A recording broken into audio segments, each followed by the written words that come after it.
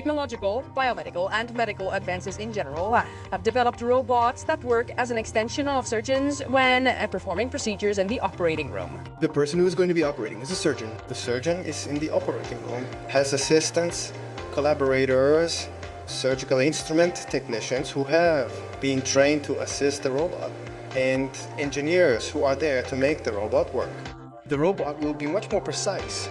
There will be less pain in the post-operative period, and the robot will reproduce the surgeon's hands with much more precision, but the person who is going to be operating is always a surgeon. In innovation, in the advancement of complex abdominal procedures is where the need for robots comes in as a way to continue advancing and incorporating increasingly complex procedures without having to resort to open surgery.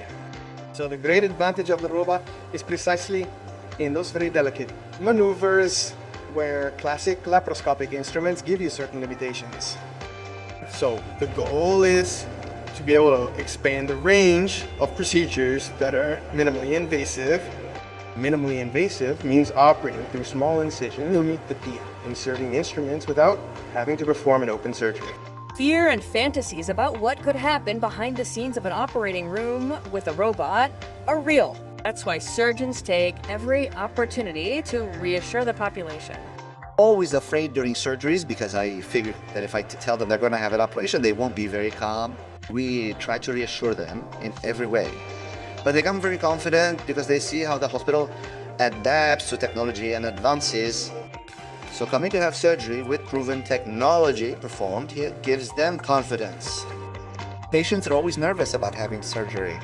More precise and less invasive procedures with shorter recovery times for patients. Without a doubt, robotic surgery marks a paradigm shift in modern surgery. Robots are here to stay.